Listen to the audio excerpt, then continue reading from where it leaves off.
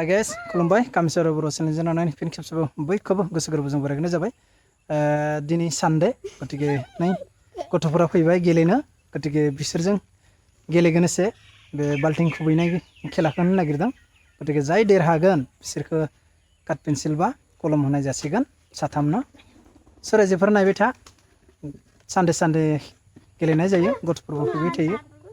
स' बिदिनो जों गेलेनायखौ एसे बेलेग डिफरेन्ट मोजां बिदि खेलाखौ होनो नागिरदों सोराजिफोर नायबाय था।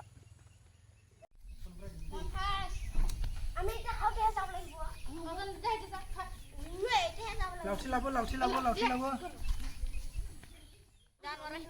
पाक 2 पाक 3 पाक 4 पाक 5 पाक लावथि लाबो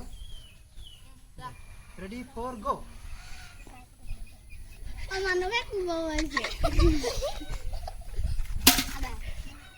पारी करते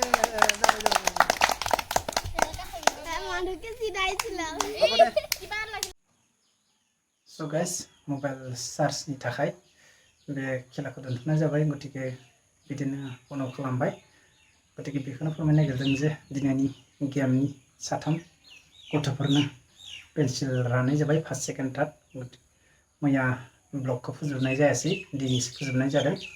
सोराजिफोर आंनि बे ब्लगखौ मोजां मोनदोंबा लाइक शेयार कमेन्ट खालाम आरो जायफोरा जोबजासे नायबाय आंनि गोसो गोरबोजों रोजा साबायखर थाबाय।